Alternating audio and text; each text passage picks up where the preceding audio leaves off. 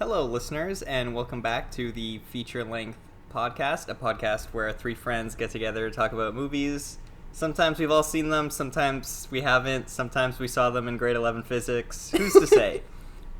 This week, we are going to be talking about a very special movie. Oh, I should also say I am joined today by the usual cohorts, Carolina. Hi. And Dan. Hey. Yeah, so today, our very special 10th episode, and we were like, what are we going to do for episode 10 after we recorded episode 9?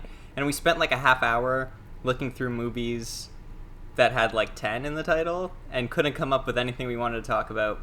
And then Dan reminded us that 10 is made up of two important digits, 1 and 0, which is the foundation of binary, which made us think of The Matrix. So today we're talking about The Matrix, specifically the first Matrix. We got to point this out. Before The Matrix 4 comes out, we will do a huge spectacular. Oh my god, so many guest stars where we talk about the whole franchise. We're going to have Angelo, Miguel, maybe our grade 11 physics teacher, like just everyone. This is all speculative. This is all speculative. But so much to talk about, so much to unpack. Today we're talking about the first Matrix, and for those of you who I guess are living under a rock and have not heard or seen this movie, because this is probably like one of the most iconic like turn of the century movies. Anyway, it came out in 1999, runtime of 136 minutes, which is, I don't know, over a little bit over 2 hours, 2 hours and 16 minutes, budget of $63 million, directed by the Wachowski siblings. Starring everyone's favorite John Wick, Keanu Reeves, Carrie-Anne Moss, Lawrence Fishburne, that guy from Daredevil, and who's the guy from Daredevil? Cypher. Yeah, what? Oh. Do you remember when we were watching Daredevil, 2003's Daredevil, and Dan was like, "Oh my god, is that Cypher?" And I was like, "Oh shit, yeah, that is Cypher." I don't remember that, but okay. And how could we forget Red Skull himself, Hugo Weaving, is in this movie as Agent Smith. Anyway, for those of you who don't know, who want to listen to this episode, The Matrix is about a guy named Neo. And Neo lives in 1999, and everything is green, and he is a hacker who wants to know about something called The Matrix. And it turns out that The Matrix is a giant computer simulation that we all live in because robots took over the world in the future. So Neo gets unplugged from this computer simulation, and also he's Jesus, and he's gonna save us all from our sins, and we're all gonna be okay. And that's basically the plot of this movie. Guys, what are your thoughts on The Matrix? Who wants to Carol, go you first? can go first. Okay. I have the least thoughts, probably, because as previously alluded to, we did watch it in our grade 11 physics class, but I think I was going through a rebellious phase because I didn't pay attention at all. The only scene that even rang the faintest of bells is when there was deja vu, and they saw the cat twice, and then we're trapped in that building. Otherwise, everything was brand new to me.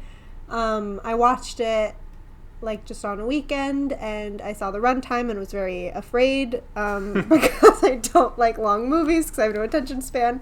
But I really liked it. I was super drawn into it, and like generally, I don't know, I appreciate sci-fi, I get it, but I just am not really in that world. So I was scared that I would be very bored. But I had a lot of fun. I love young Keanu Reeves.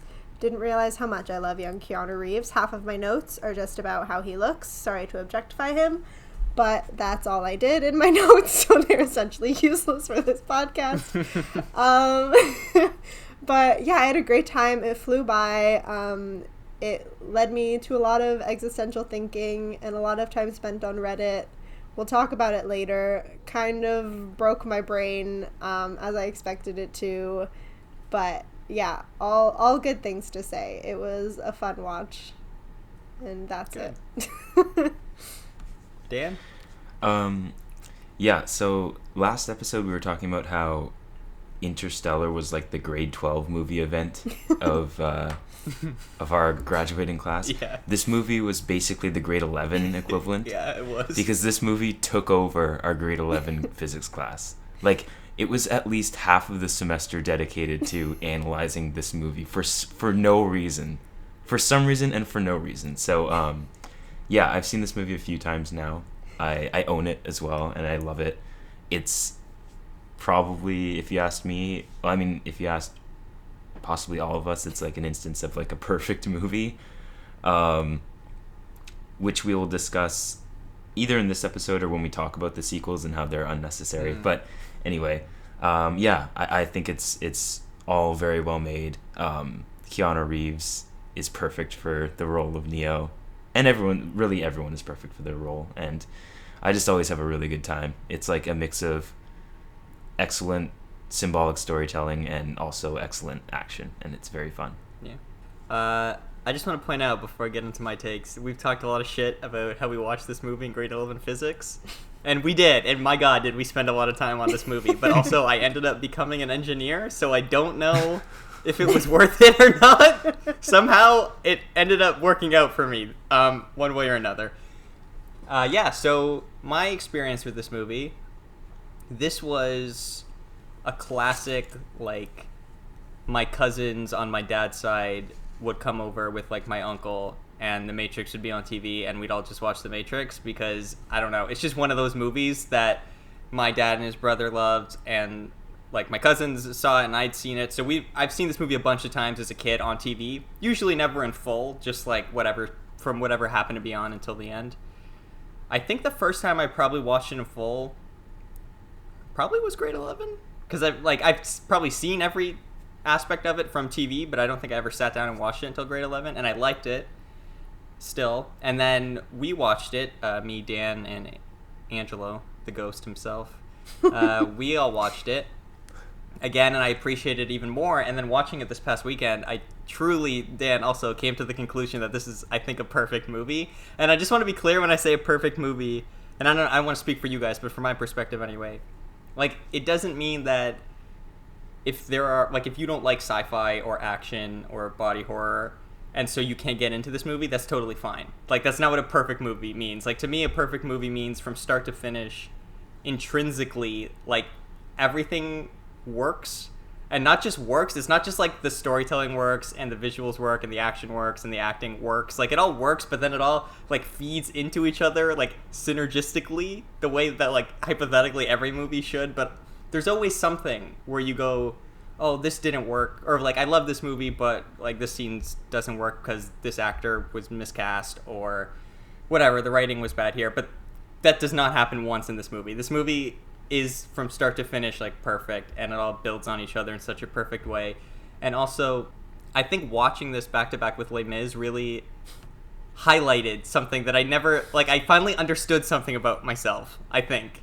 Wow, we did because last week we were talking about Les Mis, and I was like, yeah, like, incredibly well made, but, like, it just didn't, like, never hits me the way I want it to hit me. And I realized when it comes to, like, movies, TV, or music, I always really, really appreciate, and I think the stuff that works best for me is stuff that at its core is, like, incredibly simple, and everything is execution. Like, this movie's 100% execution, because, and we'll go into it, believe me, I took a lot of notes about the storytelling and the structure in this, but this is just, it is like the playbook of not just, like, a screenplay, but also, like, what's his name, Joseph Campbell's, like, A Hero's Journey. Like, it's just that. Like, there are, like, scenes in this movie where I'm like, oh my god, you only put that scene in there because that's a part of Joseph Campbell's, like, structure of A Hero's Journey. Like, that's crazy. Like, how closely it follows those rules, and those rules have been around since, like, Greek mythology. Like, that's where those rules are based on, is, like, those old stories and stuff. So, like, that in and of itself is kind of rudimentary and simple, but then you add, like, all these levels of execution on it where it, like, completely revolutionized CGI and action scenes and, like, so much about everything. And then even, like, the sci-fi in it is, like, really experimental and pushes the boundaries. Oh, yeah, I said this is a perfect movie. There's one scene in this movie I'm gonna shit on, but we can get to that right at the end. I don't want to. It's a very, very good movie, and I don't want to end up just shitting on her for no reason. But like, yeah, it's just it's what I love most about art, which is like at its core, it's simple, but then it's just elevated by every element of it. Like there's nothing in this movie that's not like firing on 100% all cylinders. So yeah, that's kind of my general thoughts. Yeah, and I'll just add like to jump off that, when I said it was a perfect movie, that's what I meant too. Like it's so tightly knit, it's tightly written, and it's just like, this is a weird comparison, but it's like the threads of a blanket are tightly knit and it all holds together really well. That's the script for this movie. Yeah, 100%. And not just the script, like every aspect, every department. Mm-hmm. But yeah. Okay, so what do we want to talk about first? There's so much to unpack here. Do we want to talk about story stuff first, or technical stuff first, or philosophical stuff? Oh, can I just say one thing? Can I just say one thought I had before we talk about all this stuff?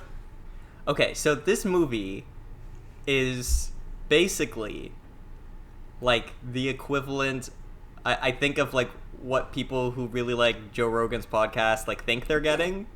Do you know what I mean? Because this movie is all just like like trippy, like weird philosophical stuff, and then B, just like crazy action. And I think whenever you talk to people that are like super into like Joe Rogan, like those are the things they respond to the most. But this is like that executed on like the highest level of like integrity and art, as opposed to just like randomly getting high and talking about shit on a podcast. Anyway, I just had that thought, and I thought it was very funny that like you can probably draw a direct line between this movie and Joe Rogan. So you can, because when I was researching the like Matrix reality theory or the simulation theory, Joe Rogan talked to Elon Musk about it on his podcast, and I read a lot about that discussion.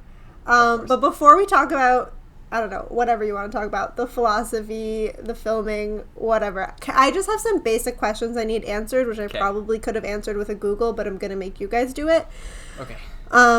Just because I have only seen it the one time. Okay. What happens if you die in the Matrix? Because it's not reality and they're like all plugged up to the machines. I don't remember if they like answered that directly. Do you just like wake up? No, you die in real life. So okay. Their explanation is that when you're in the Matrix, like your brain thinks it's real, so it makes it real. So if you die in the Matrix, you die in real life. Gotcha. Okay, and then one more thing. When I was looking at pictures to make like the graphics to promote this episode and etc., I saw twins. The twins are in the later films. I didn't just black them out, right? The twins are in the sequels.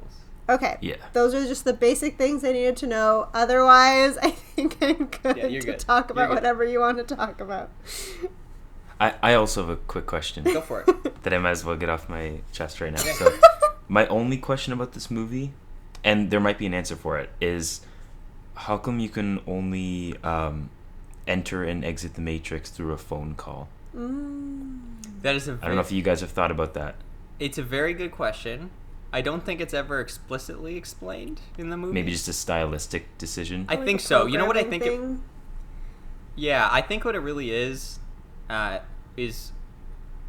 the movie opens with the cold open of Trinity and like the action sequence, and I think it was probably just a clever way of like having her leave that action sequence and have it be a plot twist, and then from there it ended up being something that they just used throughout the movie. I don't know if they've ever actually explained it any other way, other than potentially, I know in like the early days of the internet, like everything was through like phone lines, right? Like you had like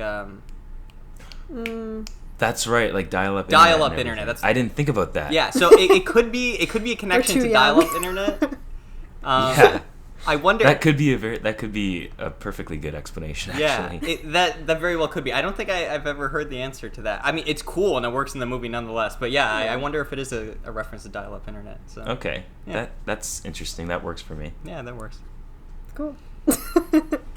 So yeah, where do we want to start? Do we want to have the big philosophical discussion to get it out of the way? Do we want to save it for the end? We can talk about it. Who cares? There's so much to talk about. We can talk about it now. I found a fun article. This is loosely tied into the philosophical conversation part of it. But this actually isn't tied at all. I just really want to talk about it, and I can't hold it in any longer. There's a Ringer article that is titled, "We are living inside the Matrix, and the rapper Pitbull is the proof." Did either of you guys find this article? I need to hear this, though. Come on, I need to hear what this is. Okay, so you know how in the film, Cypher ends up, like, not like, podcast resolution, I'm gonna say it less, Cypher ends up betraying everyone just so he can forget and live a lavish life inside the Matrix. Mm-hmm. So this theory is that the Matrix is true, and we are all living in Cypher's own mini Matrix. Because when he made that deal, they then made him his own little world in which he can live a good life. This article implies as Pitbull. So now he is rich and famous and can do whatever he wants. And we are all living inside his little world, and Pitbull is Cypher. It was 100% a joke article, for the record, but it was a very funny read. And at one point they did a lyric analysis. Talked about how it was tied in. At some point they talked somehow, I think it was the lyrics of Timber, they tied it to him having oil money. I don't know, but it was hilarious. I just had to share that with the world because it was a fantastic read. I'm gonna have to look up that article and read it. That actually sounds incredible. Yeah. Yeah, I'll send you the link. I can't imagine Cypher as Pitbull now. Yeah, Cypher is Pitbull. It could be. You never know, because we could all be living inside a simulated reality right now.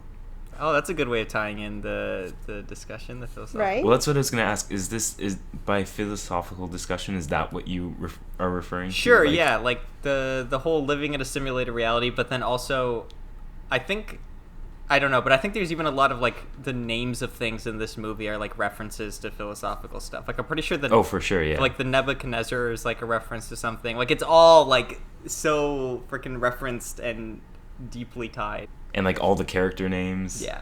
I mean, Neo's a little bit on the nose. Yeah. And Morpheus and Trinity. Yeah, I mean, they all are, but... And, yeah. Yeah. So, guys, do we live in the Matrix? You know,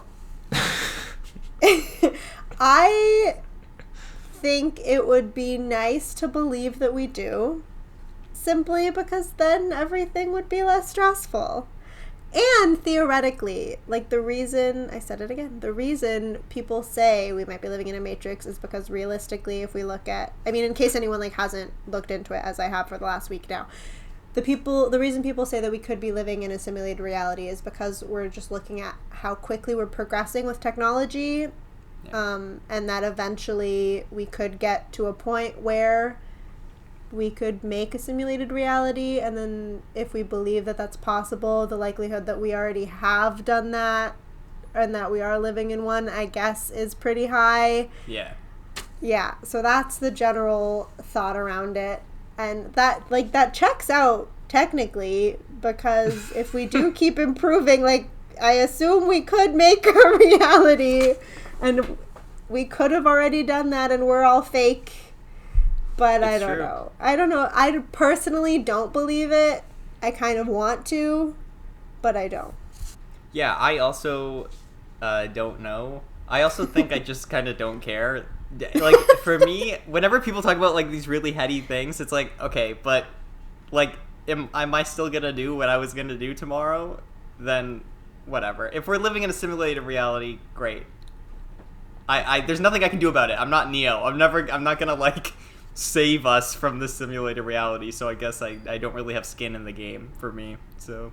I think about it like, like, I'm not gonna say that I actually believe we live in a simulation, because that's not my definitive stance. Yeah. But, like, I guess I look at it as, like, we know so little about our universe as it is. We really can't make any judgment on whether we do or don't, for example, or whatever the true nature of it actually would be. So you can't really write anything out at this point. Again, not definitively saying, like, yeah, I believe that we live in a simulation, but I guess, to sum up, my point is we know nothing. Yeah. That does. And what we do know, and this is, like, the other weird thing, is that there's so many, like, weird, like, patterns in nature and stuff, and just, like, mathematical, like, consistencies in places where, like, you shouldn't be able to find them, and it's just like, why is this like that? That's weird that these things just happen to be the same. So yeah, I mean, people can, like, look into it. There's a lot of weird stuff. To bring this back to the movie, I really don't know how much of that was an influence on the plot of this movie, because I kind of feel like this movie is what started people into looking into that stuff. I really and we can talk about to the cleverness of this. This movie's so clever in the way it lets you have like ridiculous, silly sci-fi by like using the Matrix construct, but then like the Matrix construct itself is actually like pretty interesting, heady sci-fi with like philosophical implications. So it's kind of like the two combined. Like, to put it another way, there are people that like Star Wars, and there are people that like Star Trek, and they're two very different things. And this movie is kind of like what happens if you found a way to combine them, because it's like you're using Star Trek ideas to have a Star Wars like story, which is like nuts. Like that is I can't think. Yeah, and I love, that's the name of a very famous Star Trek episode, by the way.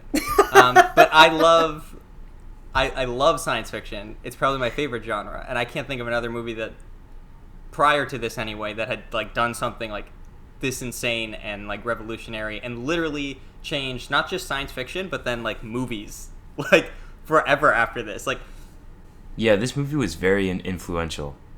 Rewatching it, especially this last time, that really I noticed that for sure. Influential in like what ways? Like, what do you think new movies took from like it? I think in many ways, but most prominently I would probably say the action aspect. Yeah, I'm with you on that. Like, this movie, it's like a Zack Snyder movie that is actually good. Yeah. Because the amount that Zack Snyder utilizes slow-mo unnecessarily in his movies is insane, but the slow motion is, of course, like, it has a purpose in this movie. It's tied to the story itself, so that's a reason why it works in this movie. And I was thinking back to Justice League, when there's a slow-mo shot of some bandit like trashing a fruit stand. It's like, what's the significance of that shot? Why does that need to be in slow motion? Slow motion should be used only when the scene like specifically calls for it, you know? Yeah, I think obviously like the action stuff, and also like as much as it like revolutionized action, like you'd be hard pressed to find movies that have done at least like hand-to-hand action as well as this. Like, everything after this tried to go super extreme with the action, but the way it's done in this is still, it's the top bar. Like, when you watch those, like, kung fu scenes and stuff, it's like, holy shit. Like, oh, yeah. And it's so funny. Like, you can find funny videos on YouTube. There's a really great one about, like, Taken, where it's Liam Neeson climbing a fence, and there's, like, 16 cuts for him to get over this fence. It's like, cut. Well, really? Just while he's... Yes. And, like, even listen, we all love the Marvel movies, but, like, you watch a lot of those Marvel movies and the action is cut to shit when you actually sit down and watch it. And this is still, it is, like, the top of literally just, like, they put the camera down and the guys just fought for, like, 15 seconds and didn't miss a move, didn't fuck anything up, they didn't cut away from it, and it's like, holy crap, like, I can't believe the level of, like, commitment, not just to shoot that way, but then also for all the actors involved to be committed to actually learn their stuff that well is insane to me. Like, yeah, it's crazy. Like, to this day, it holds up. It's just, like, perfect. Also, to his credit, apparently Keanu Reeves had just had surgery for, like, a herniated disc or something right before training, because all of the actors did so much of their actual stunts and fighting. They had to train for weeks or months, I don't remember, but a very long time. And for the first 2 or 3 weeks, he could barely move, and part of the reason why Neo doesn't do a lot of kicking is just because he couldn't because of his injured back, so they just limited it in the choreography. But yeah, it definitely does make a difference, and part of, like, it's exciting now because I guess we have so much technological innovation that you can make it look like people are doing really cool stuff, but it's very much to this movie's credit that a lot of it was just live, and it wasn't relying so heavily on all of the editing and special effects that we have today that make things look so effortless. Yeah, it's like our last episode we were talking about the live singing, and this is like the action version of that. No, I was literally gonna say that, Dan. Like, you took the words out of my mouth. Like, it's to me, it's like the equivalent. It's like what that movie did with singing. It's like this movie did with action. Where it's like, fuck it, we're not gonna pretend. Like, just this is the thing, and these people are gonna do it, and you can tell, and it looks amazing. Like, man, I wish we could get like a Batman movie where Batman like fucks people up the way Neo fucks up Agent Smith. You know what I mean? Like, that's all. Hey, like, maybe that'll be the next one. That's all I want. Well, actually, in the trailer, they kind of do that. Like, they don't cut away. Or maybe they do cut away. I don't remember. But yeah, no. We talked about it in a bonus episode. Bonus episode. Go listen to that episode.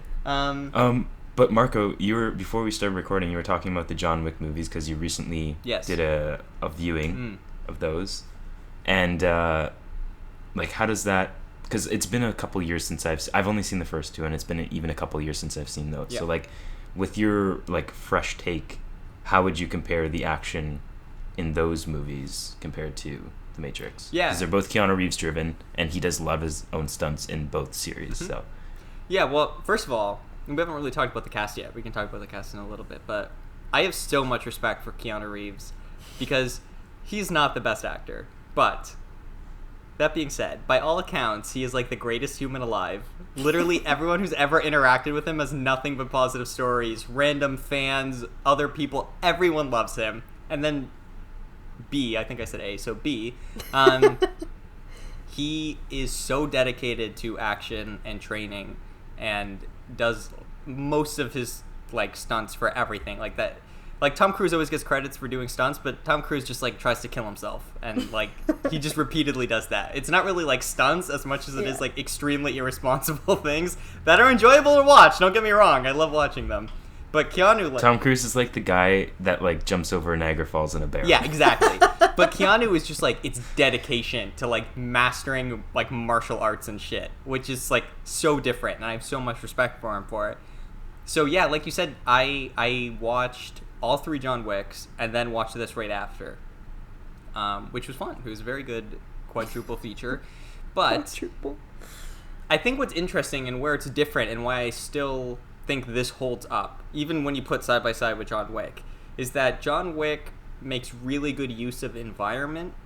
There's lots of guns, knives, whatever he can get a hold of. It's very, like, brawly and vicious. Like, that's, everyone talks about gun fu, like Keanu or John Wick is all about like gun fu or whatever. And I think what separates this from that is that most of the action in this is focused on the hand-to-hand stuff. So when you get to the like gun stuff in this, and there is some gun stuff, it does feel a little bit like, well, I wish I was watching John Wick, because Keanu Reeves with a gun, like, no one does that better than in John Wick. But the hand-to-hand stuff is unmatched in this. Like, it's still, like, even watching it back-to-back, I was like, if you, like, took this scene and put it in a modern movie, even a John Wick movie, it would 100% hold up. Like, the action, the speed of it, the way it's all, put together, it's great, and it does hold up. And I think it's just credit to Keanu Reeves back then, but also now, like, 20 years later, still making action movies. And still, like, having that level of, like, skill and constantly learning and evolving and stuff. Yeah, for sure. And you're talking about the rest of the cast. And I'm not quite sure how many of the other cast members also did their own stunts. I don't know if you guys have any knowledge of that. I saw that Trinity did a lot. Like, she even did a lot of the rope work when they had her, like, jumping on walls and over roofs and stuff that was obviously humanly impossible. Apparently she did a lot of that too. And she's Canadian, fun fact. Is she really? I didn't know that. That's what Google said.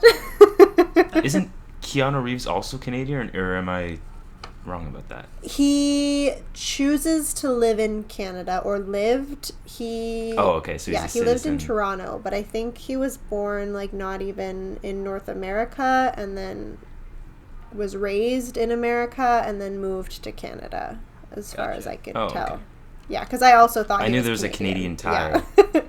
Because he's such a nice guy. That's why. He's too nice of a person. If we're going to talk about cast, I just want to give a huge shout out to... And I love all the characters in this movie. This is such a good movie. But freaking Lawrence Fishburne as Morpheus in this movie. Oh, yeah. Like, every time he's on screen, I'm like, oh my god, this is the coolest person I've ever seen in my life. Like, there's nothing about him that doesn't just exude, like, badass coolness at all times. Very badass coolness, but... also very much not a conventional action star. Yes. Because I feel like he moved pretty little. It was a lot more of the attitude, and he was kind of teaching and paving the way. Like, and he, like, taught him, like, he fought with him kung fu wise, but I still, in my head, regard him as a pretty sedentary character. Sedentary? He sat a lot? I don't know how to pronounce it, but... Sure. Yeah, like, I very much understand, like, he's a badass. Yeah. But just, like, this silent, serious type. But I think that's what makes it better, is that, like, he projects... Like, he's that much of a badass, even if he's not doing as much kung fu as everyone else. Just in his, like, actions and his performance. Like, he's so fucking awesome. And also, like, when he punches through that wall... Yeah. You guys know what I'm talking about? When he goes back and punches through the wall. When he... I always forget that scene's in the movie, and every time I see it, I just die laughing. I'm like, holy shit. It's because of his yell, isn't it? Yeah. And I'm like, oh my god, this is fucking crazy, but it's so cool. I love it. I love it so much. Yeah, I know exactly what scene you're talking about. Well, can you imagine we almost had a reality in which Neo was Will Smith and Morpheus was Val Kilmer? Whoa. Oh my god. Can you imagine? The only reason Will Smith didn't do it is because he, quote-unquote, didn't understand the concept enough and agreed to do Wild Wild West instead. Yeah, I've heard that story, which is hilarious to me. But I'm glad it ended up the way it was. Cannot imagine it any other way. Me but too. Wouldn't that be funny? Yeah. Will Smith is Neo. I'm really glad that it ended up the way it did, because I really don't like Will Smith as an actor. Yeah, ooh, okay. Hot take. Is that a hot take? He's fine. I feel like the general like consensus... Yeah, like, he's charming, but he's not, like... You know... I feel Remember that movie about concussions? Like, no one does. Like, who cares? See, but I feel like I had to watch so many Will Smith movies throughout my education. Just like God. Pursuit of Happiness, I had to watch a bunch of times. 7 Pounds. Yeah, and so I feel like for that reason, for school. Yeah. So I feel like for that reason, I'm like, Will Smith is a good actor. I had to watch him in school, but probably just it vaguely fit in with the theme and. Teachers already do so much. They probably are just looking for any movie to toss on, which I get. 100%. I would too. Best teaching style. We appreciate it. We still talk about the movies on a podcast, so obviously. I'm gonna just put this out there. I became an engineer from a physics class where we watched The Matrix. So it works. Sometimes it works. I thought you said Interstellar contributed more to that. Though. No, it was. It was definitely Interstellar. But also, we watched that on a physics field trip. Yeah. So either way. Yeah. Okay. Can we get into the plot a little bit? And I want to go through some of my notes on the story. Of course. Let's do it. Okay. So, like I talked about when we did the quick little summary. Yeah. Obviously, the plot is Neo, who is the chosen one, who gets unplugged, and it's his job to win and defeat everyone. I mean, I don't know, like, he doesn't have to do a thing. He just has to, like, become the one, and then he will just have the ability to crash the Matrix. He has to learn to believe. Like, this whole movie is about his arc of learning to believe that he can be the one, so that when it comes time to be the one, becomes the one. He can just be the one. Yes. And save humanity. I do have a pet peeve with that, because it started with everyone thinking he was the one, and he's like, I could be, and then he was explicitly told that he wasn't by the Oracle, so then he's like, well, I'm not, and then he had to relearn and just only did when Trinity told him that she loved him. I know we'll get there, but we'll get into this. Like, yes, it was him learning to, like, believe in himself and that he could be the one, but it's kind of hard when someone's like, no, I see the future and you're not. Well, no, but I that's know that actually, was on purpose, but... It is, yeah, like, there's like one line in the movie by Morpheus to explain it, and he's like, the Oracle tells you not necessarily what is true, but what you need to hear for the future to happen. Yeah. So that was, like, his motivation. I know. And then Morpheus gets captured, and then so on and so forth. Classic Morpheus. Yeah.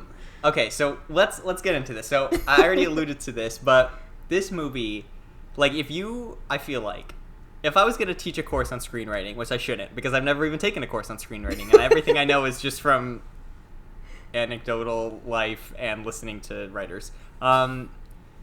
This is, like, the fucking Bible of a 3-act structure. No pun intended. No pun intended. This movie, to the minute of, like, when people talk about the general rules you should follow, like, hits everything. of the 3-act structure, but then also of Joseph Campbell's 12 steps of like a hero's journey or whatever. Now, for those of you who didn't take English class, the 12 steps of a hero's journey thing is actually very common in pretty much most fiction.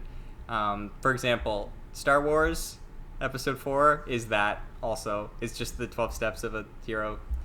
And it comes from like old stories of like mythology and stuff, and like finding the similar things that happen in all those stories, and then he kind of wrote them all out. And then a lot of stories in modern days still use the same beats, but not always like explicitly hit every one. This movie literally hits every step. And I'm not going to explain what each step is and then how it hits it, but I'll go through, and I took notes and say like what the name of the step is and what scene in the movie it is. And if anyone's interested, like you can go and read the steps and be like, oh shit, like yeah, this movie literally does all of that. And I have to think it was intentional. I'm sure when they set out to do this, it was, let's make the most perfect hero's journey movie ever. It is perfectly in 3 acts. It perfectly follows the hero's journey arc. Like, it cannot be by mistake. It can't be a fluke. It can't be like we accidentally wrote a perfect screenplay. Like, no way.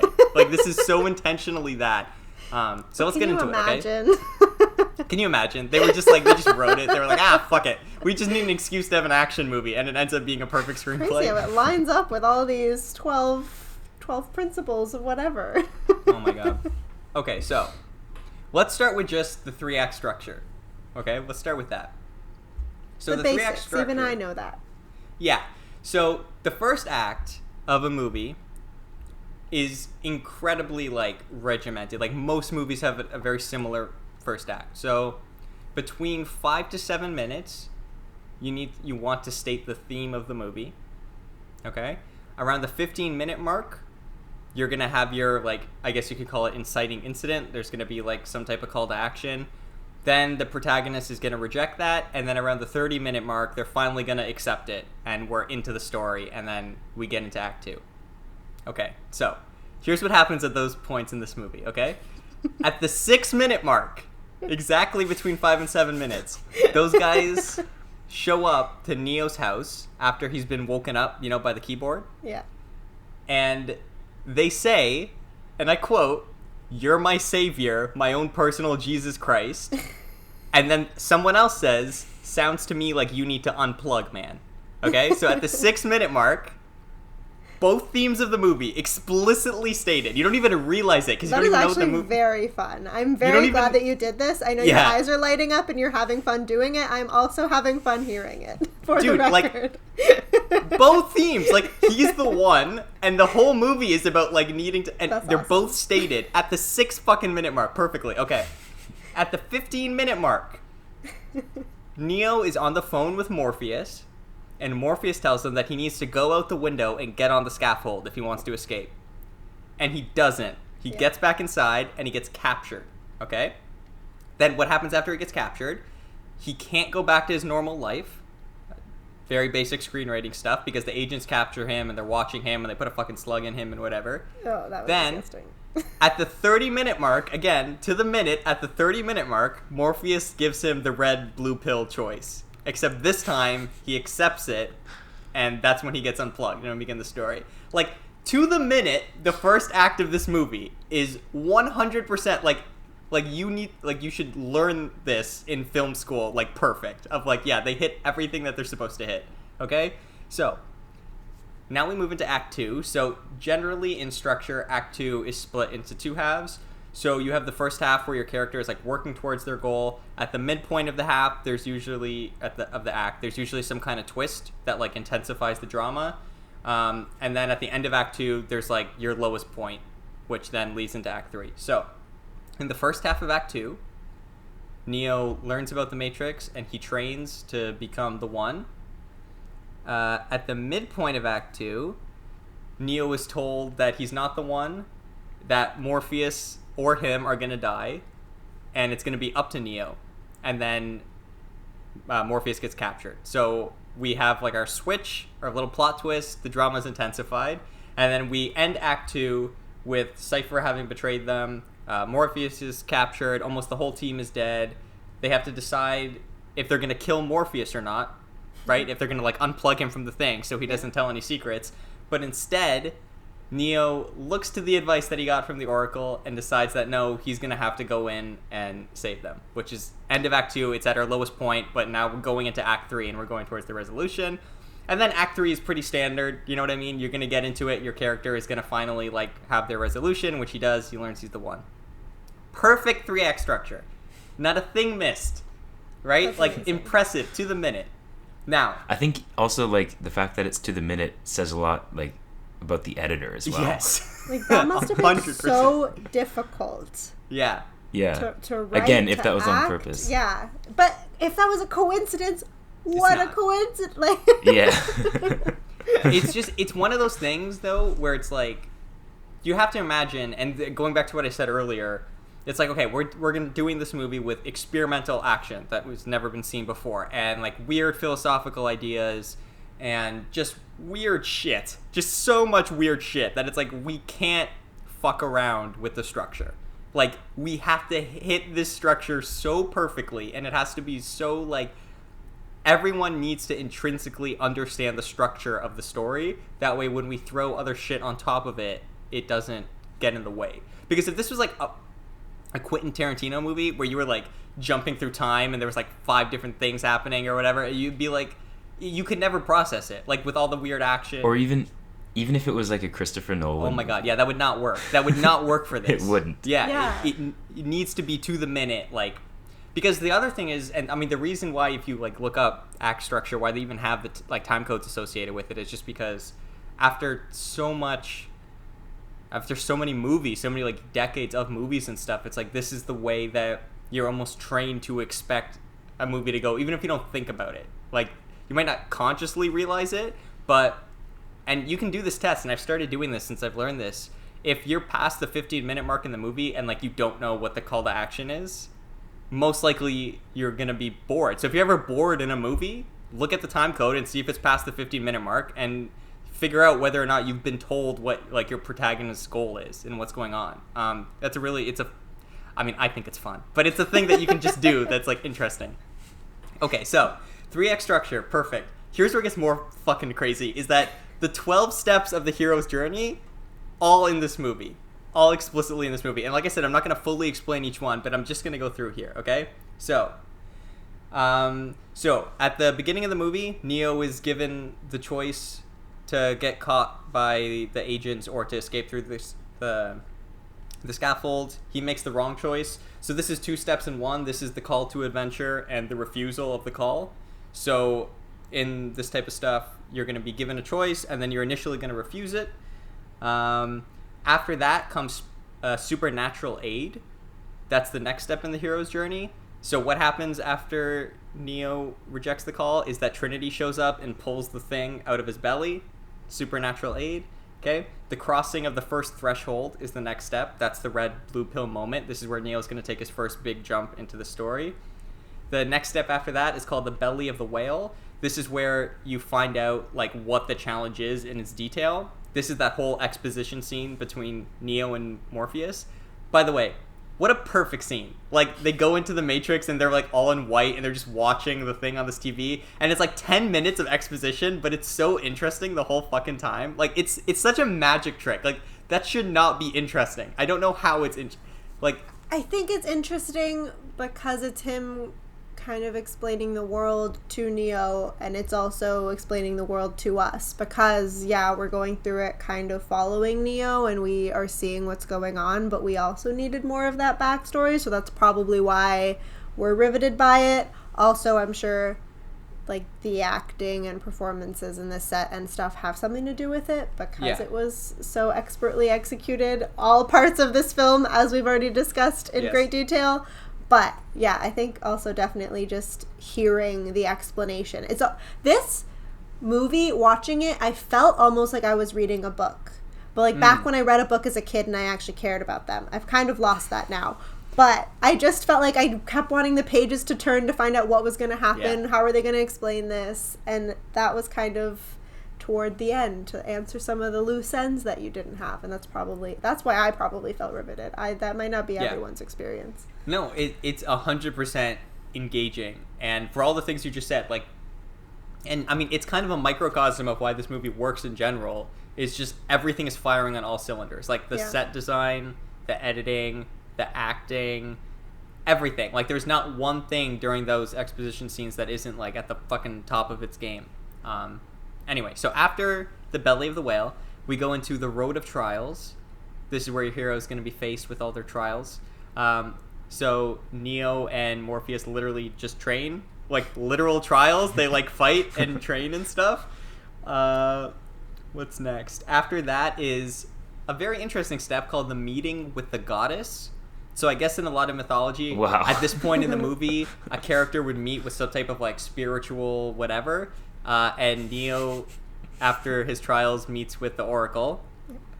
Now, The Oracle is literally a Greek mythology term. yes, too. Yeah. yes. Now, the other interesting thing is that in this step in like the hero's journey is where your hero is gonna get the thing that they need to ultimately complete their task. Okay, and in this step, as we already mentioned, the Oracle says to him, and this is a quote that I pulled because I thought it was a really good quote, and I think it also explains the end of the movie a little bit, where the Oracle says, being the one is like knowing you're in love. No one can tell you, you just know.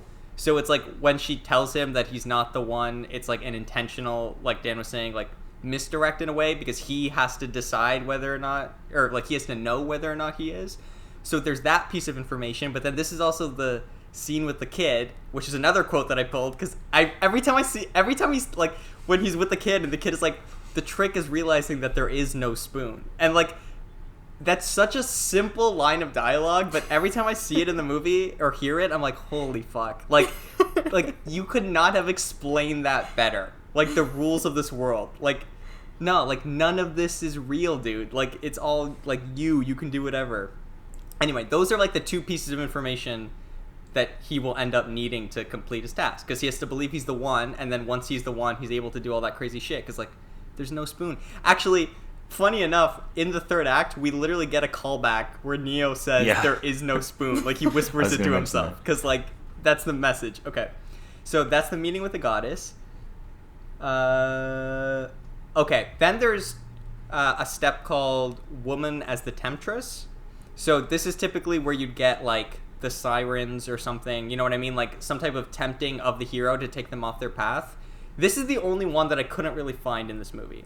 Like Neo doesn't really have a temptress, but I guess Cypher kind of does, because he chooses to go back into the Matrix. So that step is kind of in there, but it's not directly tied to Neo, which I don't know, I'm fine with, like whatever.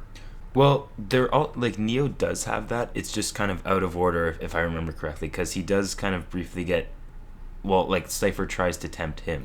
Oh shit, you're right. There is that scene. But I think that's before, like, we're going a little bit out of order now, but I mean, that's okay. That's fine. It's still there. Holy shit. I didn't even realize that. Good call, Dan. Yeah, that is in there. Okay. So there's that. Then there's the next step. It's the atonement with the father. This is where your character has to, like, make peace with the father figure of the story.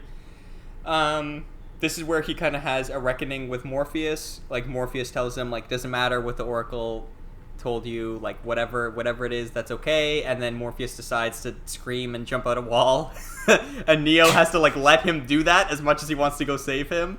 And then this is also where like Cypher betrays them, and Cypher's kind of like a father figure, so you kind of have like Neo has to be okay with Morpheus doing one thing, but then also like Cypher, his relationship with Cypher breaks down. Those both fall under that category. Okay. So at the end of Act 2, after Morpheus is captured and the whole team is dead and they have to decide if they want to kill Morpheus, Neo makes his decision that no, they're going to go back in and save them. And this is kind of two steps combined in one, the apotheosis and the ultimate boon.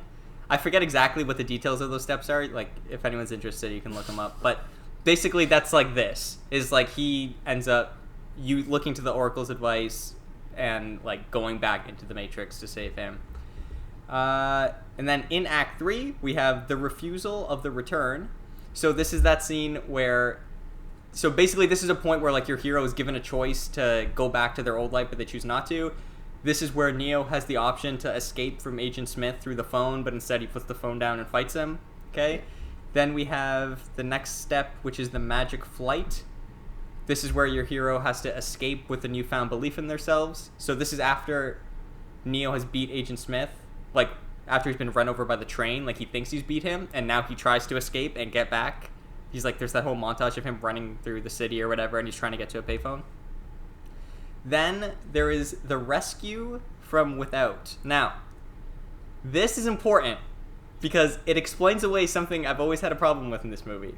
So, the rescue from without is an important step where your hero has to be saved by another character right at the end of their challenge. So, if you think about Lord of the Rings, this would be Sam carrying Frodo into Mordor. Like, that's this step, 100%. Oh, I thought you were going to say when I immediately pictured Lord of the Rings too, but I pictured the Eagles scene or that. when Gandalf... Yeah. Okay. That could work too, actually, when the Eagles come at the end. Actually, that's probably better, because I think that would fall after... Right. Yeah, because this is kind of denouement. Okay, so that works. In this movie, it is Trinity bringing Neo back to life, which always feels kind of silly to me, but also works. Because, one, it's like a step in this, which is clearly why it's in the movie, is because they've hit every other thing and like they're trying to follow the structure perfectly.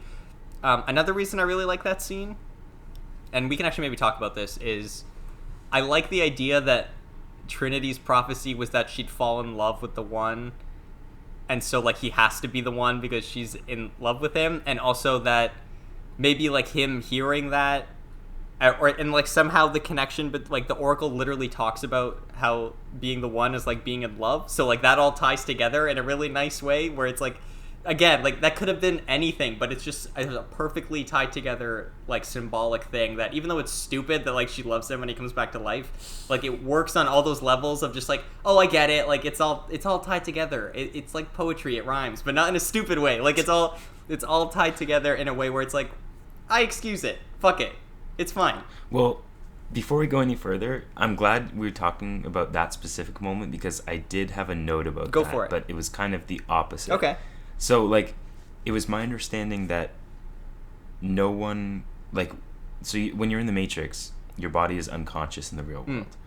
And it was my understanding that no one in the real world can interact with your mind. Like, you're fully engaged in the Matrix. So when Trinity kisses and reveals her love to Neo in the real world, I didn't take that as he literally heard it. I took it as the audience is revealed that, but not Neo, so he decides on his own that he's the one and that he can survive the bullet wounds that he got like a few seconds ago.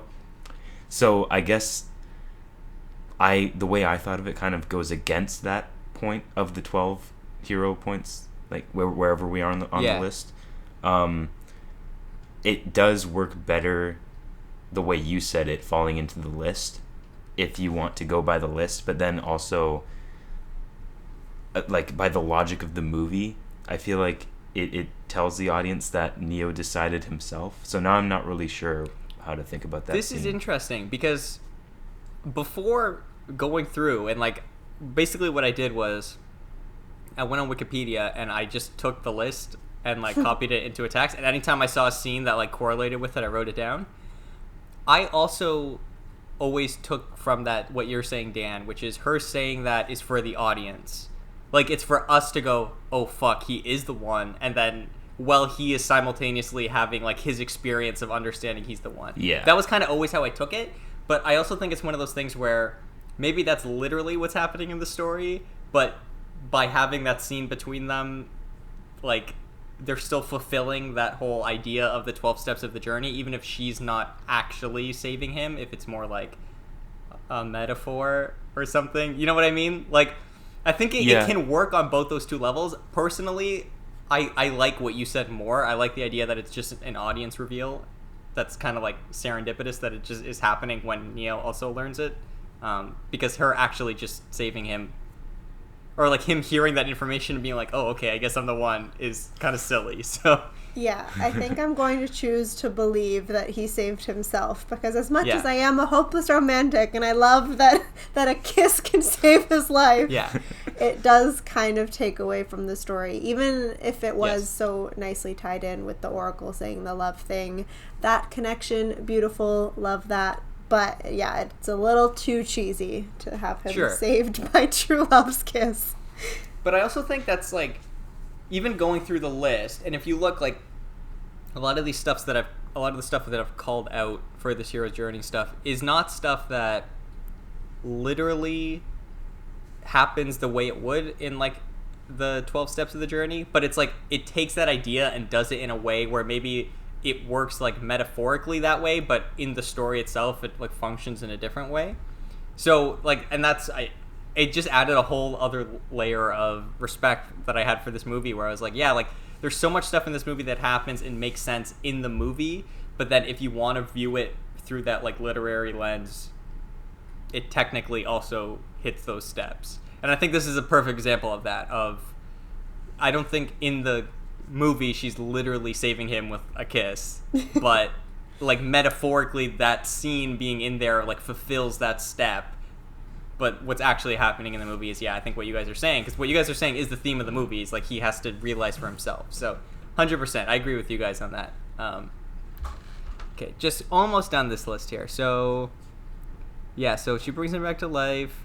Then there is the crossing of the return threshold. So this is really just when it says like there's a system failure in the Matrix, and now Neo has like reconciled the truth with himself that he's the one.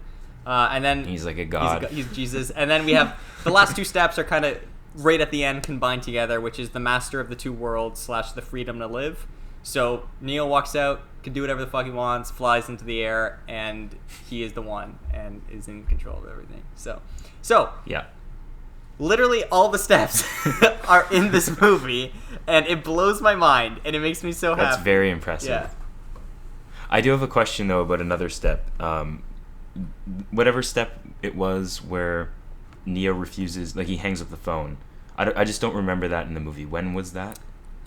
So before Neo and Agent Smith have their first fight, In like the hallway of that building with the two other agents? Is that what you mean?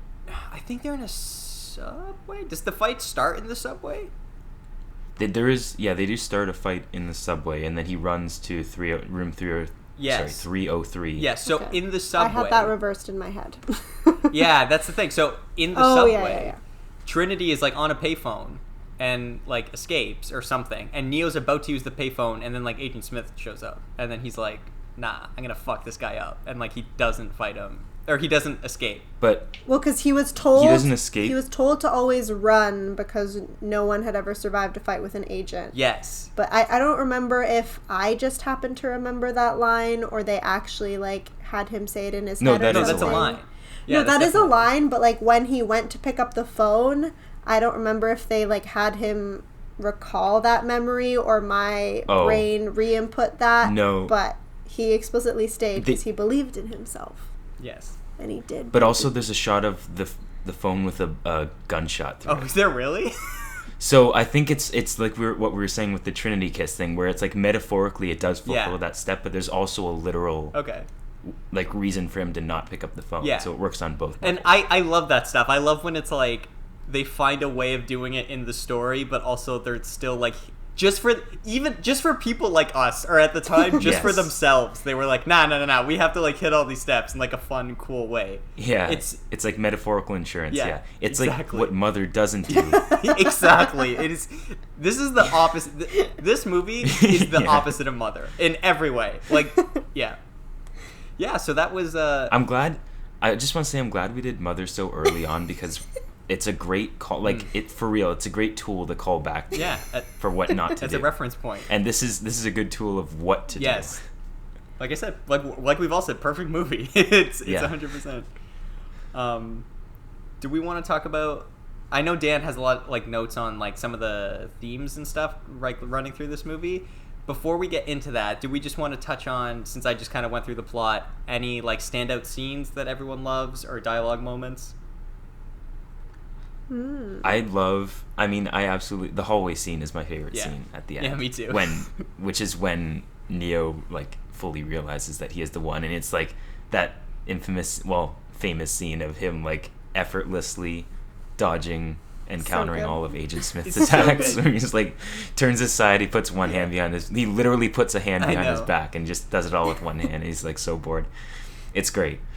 Dude, So that's my favorite every scene. time I see that, like, that scene to me is, outside of maybe like Avengers Endgame, one of the most hype moments in all of film. Like, it's interesting that you said that, because I watched this yesterday. I didn't have time until yesterday to watch it, but when I was rewatching yesterday, I got that. I was like, this is so satisfying, and I got like a sort of callback to like Endgame, for example, where like it was built up so well that final scene in this case is so earned, and it's so satisfying as a viewer. Yeah, it's incredible.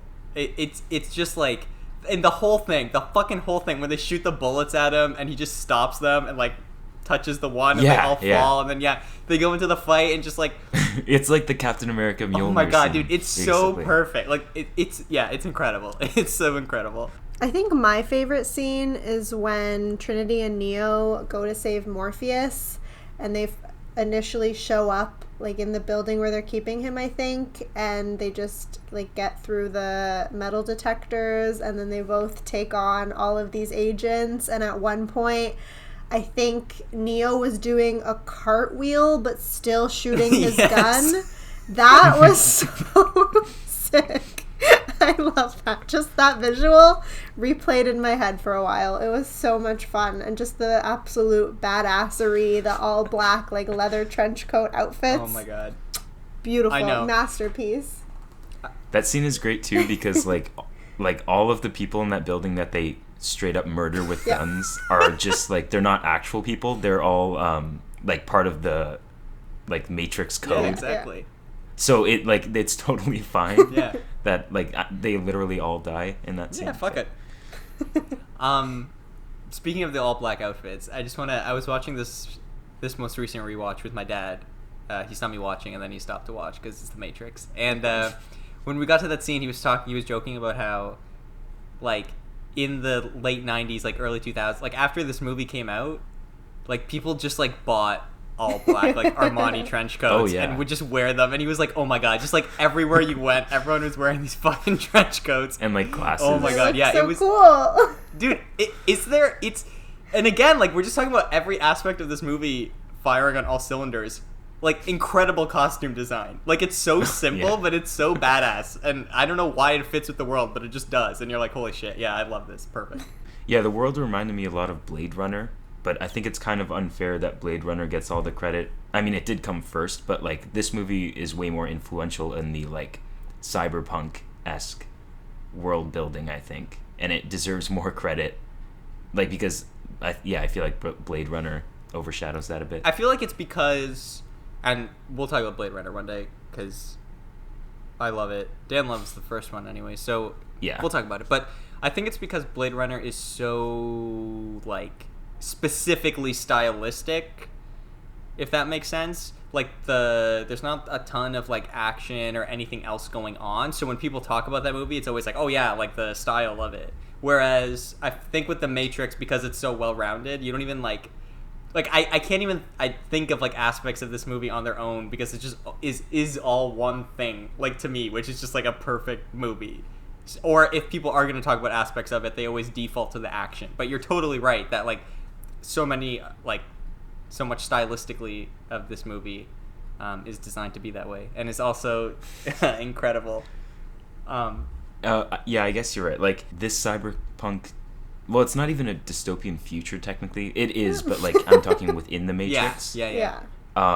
Within the Matrix, it is the year that the movie came out, so I guess it's not really a dystopian future, and it's more of a realistic dystopian future than Blade Runner For sure. would be. So maybe that could also be why, like, it's like a more toned down Blade Runner. Yeah.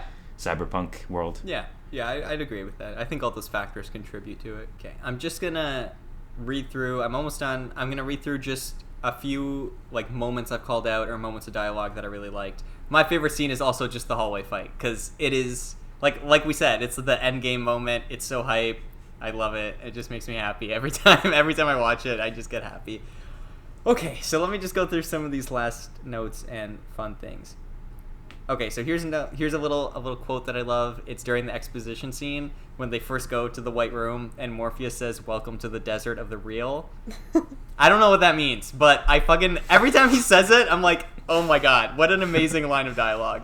And it's one of those things, this movie, speaking of dialogue, this movie, I think, is really underappreciated with a lot of its dialogue, because it does the thing that really good dialogue should do, which is it sounds good and is, like, quotable, but also it all has meaning to it, and sometimes the meaning, like, isn't revealed until later, or sometimes there's, like, multiple levels of meaning to it. Like, there's... Anyway, so Welcome to the Desert of the Real.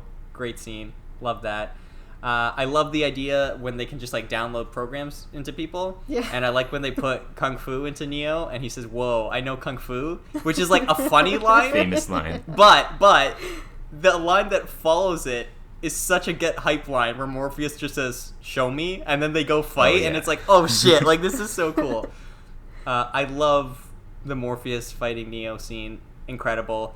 So many great moments of dialogue. Like, I love when the one guy, I forget who it is, but he, like, runs into all of them eating dinner, and he says, "Oh my god, guys, Morpheus is fighting Neo," and they all are just like, "Oh shit," and they get up and go watch. Like, that just felt like such a real life moment to me. Like, that is something people would do. And then when they're fighting, and I pulled a lot of quotes from this, because there's so much, like, oh my god, thematic stuff and, like, what Neo's gonna have to go through in the movie, but they're talking, and Morpheus says, "How did I beat you?" And Neo says, "You're too fast." And then Morpheus says, "Do you believe it has anything to do with my muscles in this place? Do you think that's air you're breathing now?" And, like, Neo has been, like, breathing heavy, and he just kind of stops breathing, and he's like, "Oh yeah, like, none of this is fucking real." And I didn't even notice. So that. Cool. It's so cool, and also, like, that's also kind of a Yoda moment a little bit. Like, "Do you think it has anything to do with my muscles?" It's like kind of like, oh, like, size matters not. Anyway, cool. And then there's a couple of other nice lines from Morpheus. He says, "You're faster than this. Don't think you are. Know you are." Theme of the movie. There's a fucking phenomenal line when he says, "Stop trying to hit me and hit me," which I was like, oh my god. Like, again, like, that works. It's a fun movie line. It works in the theme of the movie. But then also, it's just one of those lines that you just take with you in life of, like, just fucking do the thing. Like, just do it. Like, you know, like... Again, going back to Yoda, it's like, do or do not. There is no try. 100%. It's like the exact same. And I love that moment. And then we finally get to what is a little bit of foreshadowing here, when Neo says, "You're trying to tell me I can dodge bullets?" And then Morpheus says, "No, Neo, I'm trying to tell you when you're ready, you won't have to." Which is, again, just like a chill-inducing, like, oh shit. And that literally happens in the movie. Because he does the bullet time thing where he dodges the bullets, but he still gets grazed by one. Yeah. But then, like, later in the movie, he doesn't have to, like, he stops the bullets. He just stops them, It's like... So, like, in the moment, it's cool and badass, but then it actually happens. But not in a way where it's stupid. It's not like... It's not an empty line. No, it's not like... And it's also not like... Listen, I love Jurassic Park. Incredible movie. But it's not like when the girl in Jurassic Park says she knows computers, and then at the end of the movie, like... is like, oh, this is a Unix system, and starts, like, doing shit. It's not like that. Like, this it's so much more, like, meaningful and earned. Anyway, so yeah, there is no spoon. Being the one is like knowing you're in love. Do you want to explain the spoon? We didn't really explain. I mean, I'm sure most people have seen this movie who are listening, but we should still. The spoon scene is really. Let's talk about it. I'm out of quotes anyway. Those are all my quotes. So let's talk about the spoon scene, because it's incredible. Yeah, so in the scene where Neo goes to visit the Oracle, we find out there's, like, a bunch of different, like, I guess, candidates for who could be the one, and one of them is this little bald child. Caillou, yeah, in like Obi-Wan Kenobi robes, and he's playing with a bunch of, like, spoons, and he's just, like, bending them at will, and Neo's like, "Whoa, how do you do that?" And the kid's like, "It's easier to think that." I don't remember the exact line, but he's like, "Don't try to bend the spoon. It's easier to think that there is no spoon." Yeah. And that becomes the callback for Neo later when they go to rescue Morpheus, and they have to slingshot an elevator. Like, they're in the elevator shaft, yes. And they, like, break the pulley system of the elevator that, like, shoots them up the shaft. But right before, Neo's like, "There is no spoon." So it's like taking the leap of faith sort of thing. Mm-hmm. But also, of course, the kid was bald in Obi-Wan Kenobi robes. I know. It couldn't have been just a regular, like, girl in pigtails and a little dress. Oh, also, in the credits that kid is like his character is literally Spoon Boy. Spoon Boy? That's his official credit in the movie? Yeah. Oh my god.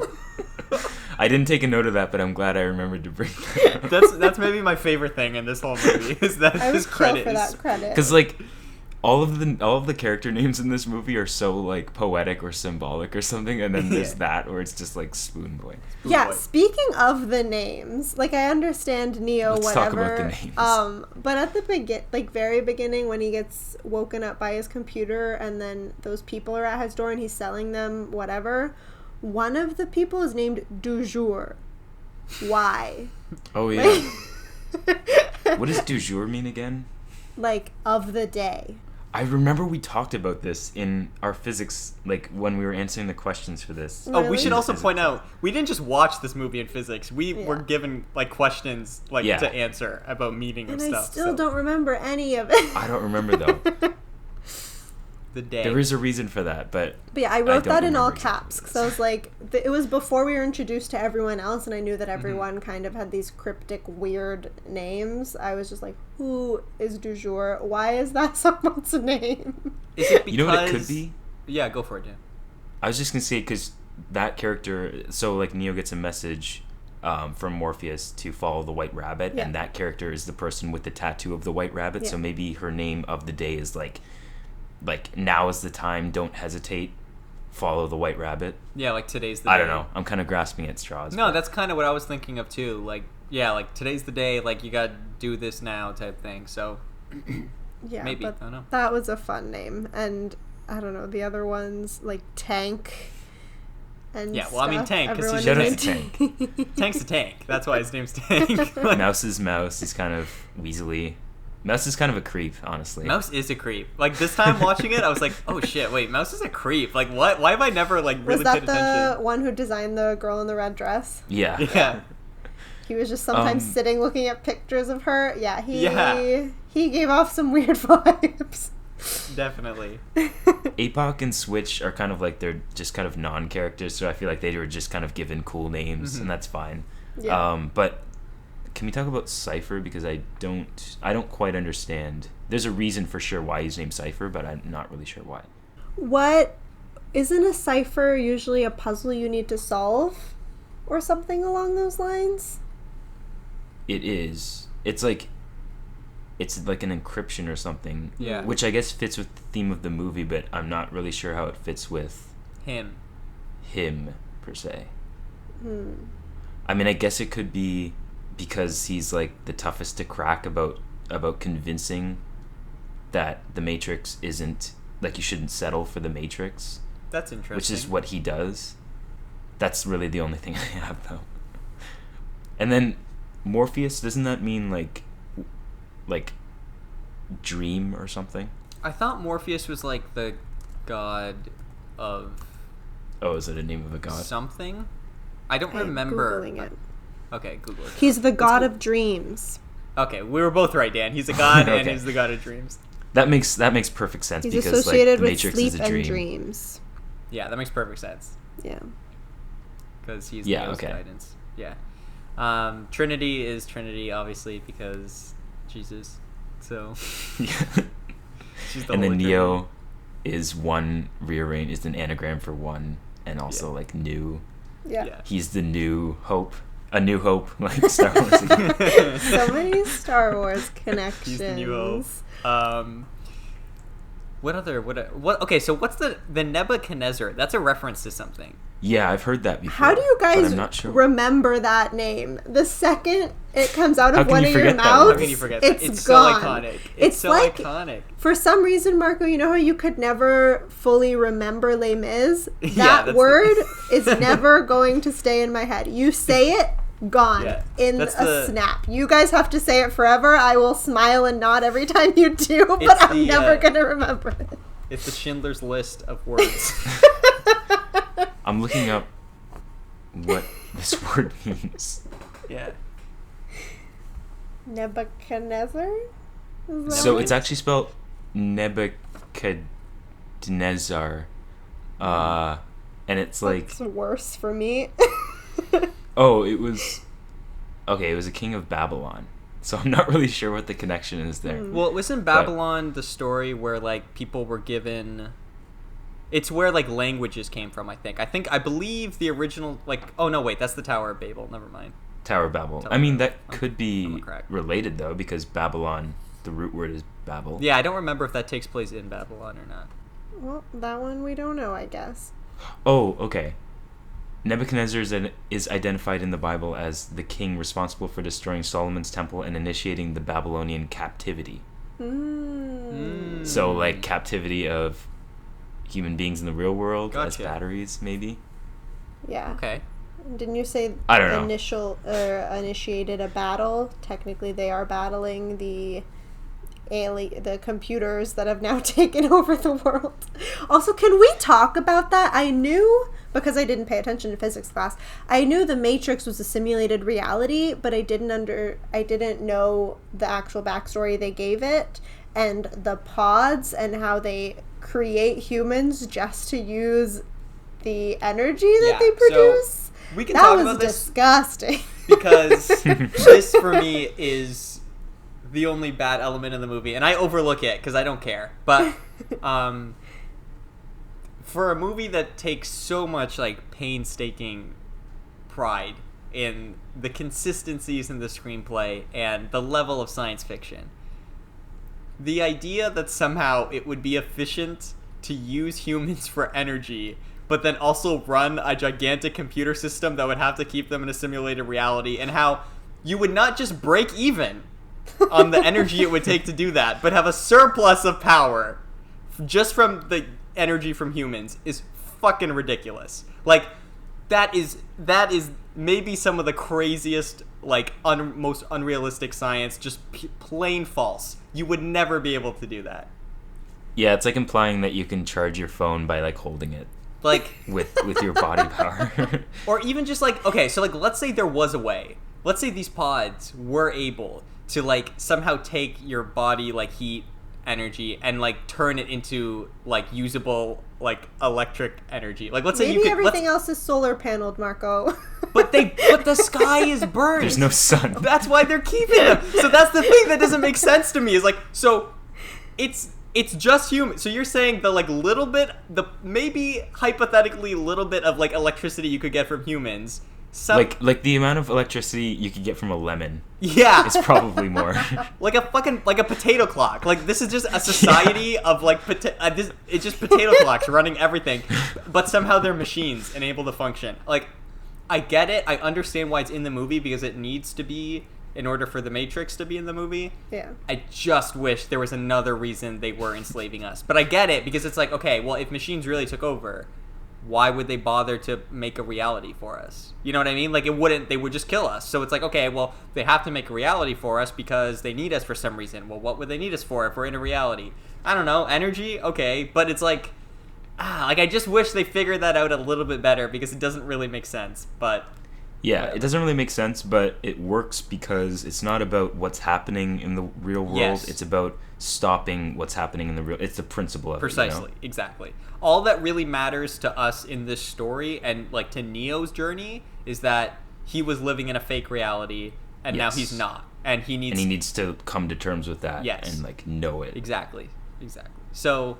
it is what it is. I wish it was a little bit better, but fuck it. Which is also why, and I wanted to mention this, we never see in this movie the taking back of the real world, like the real world, or fighting the robots in the real world. It's just once he learns and it like becomes, for all intents and purposes, a god, the story's over. Yeah, because... Which is also why the sequels are not necessary. Yes. Because the sequels, for the most part, spend so much more time in the real world fighting these like robot things, and it's like we never needed to know what happens after Neo like completes his journey. 100%. This is a perfect standalone movie of learning what to do, how to do it, what to know, and once he's God, it's like, okay, the world will eventually be saved. Yeah, it's not something we need to see. Well, yeah, I was gonna ask because obviously I haven't seen the sequels, and we'll get to it and we'll talk about them, and I'm looking forward to it. But because this, you're going to make me before the fourth one comes out. So I know. I think he said he meant no, we're not looking forward to it. Yeah, like don't look forward okay. to it. Yeah. I mean, I'm just looking forward to see Keanu why, Reeves? like what what they could possibly do, because yeah, as I mentioned, they describe the human farm, why the simulation exists, whatever, fine. But I kind of forgot about that the second they stopped talking about it. You know what I mean? I was like, okay, yeah, it's a simulation. that's the Yeah, point. there's a real that is the world. point, yeah. But yeah, as you mentioned, it could have been a standalone because it ended, and maybe there were some people who were like, but what about the robots? Didn't cross my mind for a second. See, but I don't think anyone was. And it's like with Star Wars. Like if you think about the original Star Wars, like that movie ends and Luke and Han and Leia get their little, or not, Leia gives them medals, but like Luke and Han get their medals, and for all we know, fucking Darth Vader's dead. Like Han shoots him and his TIE fighter goes flying. We don't even know. And it's like, if they never made another Star Wars movie after that, it's a perfectly self-contained story. And it's like, sure, like the Empire isn't totally destroyed, but also like, well, we get it. Like he learned his stuff and he's doing his thing.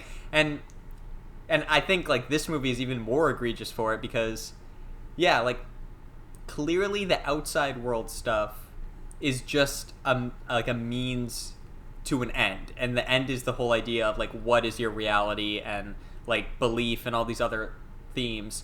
And yeah, at the end of this movie, Neo has crashed the Matrix and can do whatever he wants and is a god, and then somehow we end up having sequels where Neo is in the Matrix and like has to try and struggle. He's still struggling Really? at all, yeah. Yeah, and it's like, wait a minute. Sad. It's like, no, you are Did he a god. forget? Like, remember when you put one hand behind your back and you did the thing? Like, why aren't you just doing Remember that? when you flew? Yeah, like just like literally, he could just like think about it and people would just die. Like that is that like that's what's set up. Like nothing is real. Like you have complete mastery over the Matrix. Like it doesn't make sense to have sequels.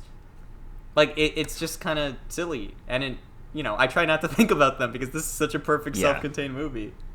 And like you said, it's different than. It's unfortunately different than with the original Star Wars trilogy because by some fluke, most like Empire turned out to be, as most people see, better than the original. I think I know you and I for sure, Marco, agree with that. But like in this case, it's just so tragic because both of the sequels were really, really bad, and they both came out in the same year too. I think they were clearly like rushed. Well, yeah, they like filmed them at the same time and then released them in the same year, but it's like, why? That's so bizarre. Yeah, it is. People bizarre. don't even do that today. What? I know. Whatever. It makes me question if it was like a studio decision. But that's the other thing is like this movie was such a success. I can't imagine why the Wachowskis wouldn't have just been allowed to do whatever they wanted. Like, you know what I mean? Like, it's one of those things where it's like, okay, you have so much goodwill now behind you. Like, cool, just make your fucking Matrix sequels and they're going to make $1 billion and we don't have to worry about it. But at the same time, you watch those movies and it's like, there is some stuff that is incredibly like, okay, clearly this was just them doing what they want to do because this shit's weird. But then on the other side of that, there is like what does feel almost like, what, why is this in the movie? What's happening? What? Like, whose idea was this? I don't know. It's just... Yeah. Yeah. Well, what I was getting at, though, is not... I didn't mean, like, maybe the studio ruined the story. I think maybe the studio forced them to do sequels at all. Oh, I see what you're saying. Yeah, because like we've said, the first one seems like such a conclusive thing. Yeah. Maybe they didn't even... Like, they themselves didn't even plan to do sequels, but... Well, so here's where it starts to get a little dicey, right? So... One of the I don't know both. I know definitely one of the Wachowskis is a female now. I think they both are now. Okay. Both, yeah. I couldn't remember if it was one or both. Yeah. Anyway, they both transitioned, but like in the sequels, I know there are themes of like those types of themes are in it. The idea of like people who are like one thing in reality, but then like in the Matrix or something else. And it's not like super like in your face, but like there are like hints at that in it, which is weird because it's like, okay, so knowing what we know now about the Wachowskis, clearly like that was intentional and like they did have something to say. But is it a case of, oh, we have something to say, so let's make sequels? Or is it what Dan's saying, which is the studio was gonna make sequels and they were like, okay, well, fuck it, we can maybe like maybe we can come up, oh, let's talk about this, whatever. I don't know. But, yeah, it's interesting. And, like, we'll talk about it when we talk about the sequels, because there's a lot to talk about. But, yeah. Also, I apologize if I feel like I might have said Wachowski brothers before. It's Wachowski siblings. I'm sorry. I don't think you did. Well, if I did, I'm sorry. But if you did, yeah. They were famously the Wachowski brothers. Yes, so it's like, it's such like a roll off the tongue Yeah. thing now that it's like, oh shit, no, that's not. I think even at the beginning of the film, it says like the Wachowski brothers, and I was like, It that's does. untrue. Oh, now. yeah, at that time, yeah. Yeah. Dan, I think you have some notes just on like general theme stuff, maybe to end off this episode.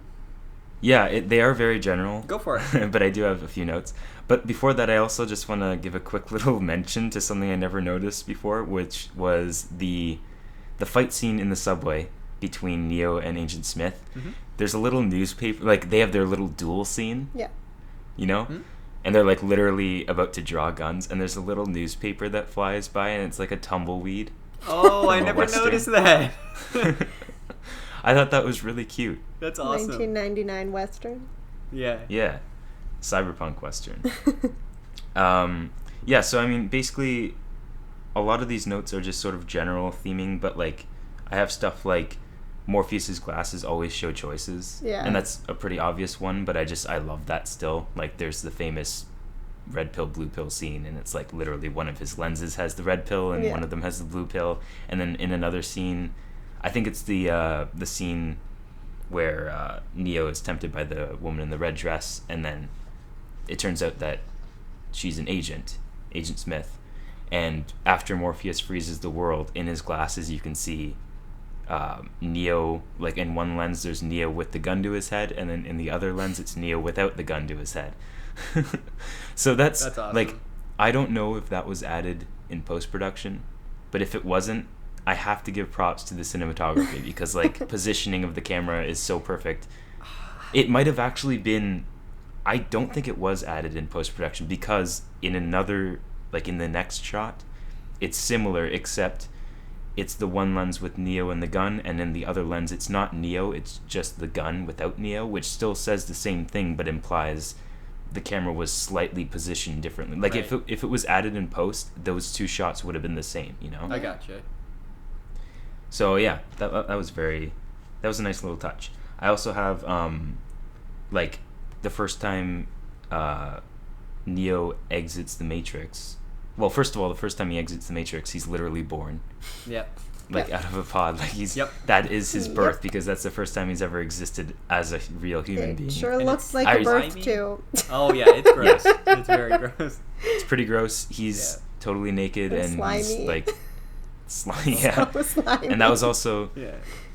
I specifically remember a question that we had to answer in grade 11 physics about his sliminess. about like the birth scene. But also about that scene right before he exits the Matrix and he's looking in the mirror. He sees the two faces in the mirror because the mirror, like the glass of the mirror covers him, and it's more of a symbolic thing, but like it like the mirror representing two realities, right? So it engulfs him, but when he looks in the mirror, it starts to crack and he sees literally two faces of himself. Yeah. And it's like that represents his choice, you know, because that's at the beginning of the movie with his like call to action and end of the first act. Mm-hmm. I also have, let me see here. Oh, this one. Okay, this one I really like. So near the end, when Trinity and Neo rescue Morpheus and they use a helicopter to escape, well, to rescue him and then escape. Yeah. The helicopter is like shot down and it's crashing, but Morpheus and Neo make it out fine, and then Trinity's about to crash. But like Neo was attached by a tether, and he uses the tether. Like Trinity shoots the tether from her end and just holds onto it, and Neo saves her that way. But Neo doesn't know that she did that, only the audience does, so he fully intended to carry that whole helicopter, which perfectly fits into his arc of learning what the Matrix is and what he can do, and like Yeah. nothing is real. And that's another, like, that, I feel like that goes along with what we were saying before about the audience realizing that Trinity is in love with the One, but Neo not realizing that. It's another audience versus Neo's knowledge discrepancy. Yeah. I just love that. I love whenever the movie does that. It does it so effectively, like multiple Yes. times. Yeah, it's awesome. So he fully intended and believed he could carry that entire helicopter if he had to. Well, that's the thing. I even found myself forgetting that we were in the Matrix half the time, and I have notes on that scene where I was like, he's standing on the edge of this giant building and expects to just be able to lift whatever comes. Yeah. Yep. Even But I that's the forgot. point. I was like, how much does Trinity weigh? He's not even Yeah. like that, because there was a little ledge he could stand behind. Nope, he was right Yep. on the edge, no protection. And then I was like, right, it's all a simulation. But Dude. initially, my brain was like, this is ridiculous. Also, just like, that shot is so fucking badass when she like swings away from the building as it like ripples. It's the most 1999 shot you've ever seen. But the thing is, like, and like with so many shots in this movie, even with like Trinity doing like the jump kick at the start, like, oh yeah, it's like from this, and this was like the first time it had ever been done, and then it was so parodied to shit. yes, That it's like you watch it and you go, oh, that's cool, but then you also go, ah, fuck, I've seen this a million times. But you have to like take that out of your head and just be like, no, like this movie did it, and it's cool in this movie. Yeah. this is what started it. Yeah, exactly. But that's all I really had for, like, I mean, most of the thematic stuff we've already talked about, and a lot of it's just general. The only other thing that I would have added was the deja vu thing, which we kind of talked about at the beginning. I love, like you said, Marco, how they've like written in excuses for like everyday occurrences, Yeah. and like why that could be tied back to living in a simulation. But I also love how whenever they do that, it always serves a purpose in the story. Like, there's nothing in this movie that isn't... Oh yeah, it's not like fan service Yeah. where it's like, hey, that's what deja vu is. Yes, like that ties in. It like, yeah, like it is, because it's like, oh yeah, that's what deja vu is, but then it's immediately, oh, that's a glitch in the Matrix, which means something is fucking wrong, and it like it problem. raises the stakes. Or even like another really good example of that is when they're eating and they're all sitting around or whatever, and like the pervert guy is like, yeah, like Mouse, he's like, well, how do I know like this thing actually tasted like this thing or whatever? And it's one of those things where it's just a dialogue moment between people, but then it also goes to that other level of like, oh, okay, this is actually like interesting ideas here, but like this is something like I took a first year philosophy class in university, and it's like those are the types of conversations you have about like, well, what is like reality when like experience, like is my experience the same as your experience? And anyway, so it's just like even the more fan servicey stuff is still like aiming at something and is like either moving the plot forward or is doing a good job of like reinforcing the theme of the movie. So Yeah, it's weird to talk about fan service in an original screenplay. yeah, Because like I guess any original screenplay is adapted from life as the original I source guess. material. And I think, in like- life, we have a lot of questions. yeah, we do. That's I true. mean, I think fan service more just like obviously what I think we're getting at is the idea of like answering audience questions just for the sake of answering them, and it's like Yeah. this movie only answers them if it can do it in a way that's interesting or like important to the Organic. movie. Yeah, organic. That's a good way of saying it. And like that scene Yeah. ends with the joke about like maybe that's why everything tastes like chicken or whatever, which is like it's like funny, but also it's like, oh, okay, like I see what you're getting at. Like I found myself really liking Cypher as, like, I guess you could call him the villain. I mean, Agent Smith's really the villain of the movie, but Cypher's the more like developed of the like antagonistic characters I found. yeah. Because there were like split seconds during the rewatch where I was like, yeah, it's kind of like if the Matrix, like if no one knew about the Matrix and just thought it was real life, like would it really hurt to just go on living like it's better than what the real world is, right? Obviously, like Yeah. it's very dystopian, whereas the Matrix it's been fooling everyone so far. But then I was like, no, that's the point. You're supposed to, it's the principle of the thing. You're supposed to overlook that. It's like we were talking about before. It doesn't even matter what the real world is like. It's the principle of waking up from the Matrix, realizing you're in the Matrix, and fighting to save everyone encapsulated in the Matrix. But also with Cypher, isn't there always an option to take the blue pill?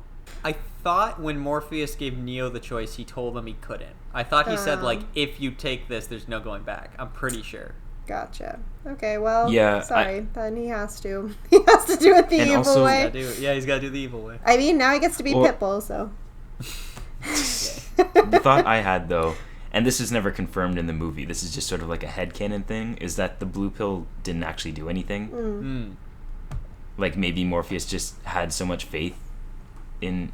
Also, like, did they ever say that was, like, a thing that everyone is asked when they're, like, asked to join? I think there's a moment between Cypher and Neo where Cypher makes a reference to the pills. Does he? Yeah. Oh, okay. Yeah, I guess I like to play around with the idea that the blue pill doesn't actually do anything, and it's just sort of like a mind trick thing. Yeah, that's a fun little headcanon thing. I have those in movies sometimes too. I'm just like, I'm just gonna choose to believe this. It's never explicitly stated, but like it makes it fun. It makes it interesting. Guys, we haven't like talked at all about Agent Smith, and like I know we're almost done, but like Hugo Weaving is fucking incredible in this movie. Like incredible the whole time. Yeah. Okay, I kind of have a dumb agent question. Okay. So, the agents are not humans. No. They are just robots? Programs. Okay. They're like spyware. Think of them like spyware. Yeah. You know what I mean? Like they're looking for viruses. Also, that whole monologue he gives to Morpheus about how humans are viruses, I was like, oh shit. Like again, just like so well written, but then also like the two themes you have going on at all times because like they're in a fucking computer simulation, so they're viruses, but also like viruses, so and it's just like, oh, this is so cool, and like he delivers it so well. Like I don't even like. Do you think? Here's a question. I have a question for you. Do you think Hugo Weaving turned up on set and was directed to act that way, or do you think he just like read the material and understood it like so well and what his character was that he turned up and like on his first scene started acting that way, and the Wachowski siblings were just like, oh holy shit, like this is about to be fucking a 10 out of 10 performance. I'm gonna give as much credit as I can to Hugo Weaving because I know he's a great actor. Like he's been in tons of quality stuff. And also, not that I don't have enough faith in the Wachowski siblings to like direct that way, but it's so specific. Like I can only imagine the direction they would have had to give was so oddly specific. Yeah. That I can't help but feel that it was at least mostly on Hugo Weaving. Yeah, I agree with that too. I just like, it's just so good because it's one of those things where if anyone else did it, no, I shouldn't say if anyone else did it, but like if you try picturing another famous actor in that role doing that, I don't know if it works the way like Hugo Weaving is. Like you said, Dan, it's so specific, and I totally buy it when Hugo Weaving does it, whereas if someone else did it, it might feel a little bit like, stop overacting, we get it. But like when he does it, it doesn't feel like that at all. It feels like totally 100% like grounded in the reality. It never like takes me out of the movie. It's enjoyable as fuck. I just had to IMDb him because I was like, I don't think I've seen him in anything else. And then I saw he was in Lord of the Rings. Oh my god. And I just didn't recognize that me? he was Elrond. He's Elrond, Hey, bro. I mean, I think that speaks to his range, though. Yeah, it's incredible. Because you're like, yeah, he's like such a great actor. I've seen him in so many other things. And I was like, I do not recognize him at all. I don't think I've And ever he was Red seen Skull in his the face. MCU. Yeah. Well, but in my defense, I'm not going to recognize a Red Skull in other That's things. true. Can you imagine Red Skull talking like Ancient Smith? I wish, dude. I just wish he talked like Agent Smith. So yeah, now that I know that, he did a great job. Yeah, he's great. He's incredible. Is there anything else we want to touch on? Any little final secret delights we want to touch on here?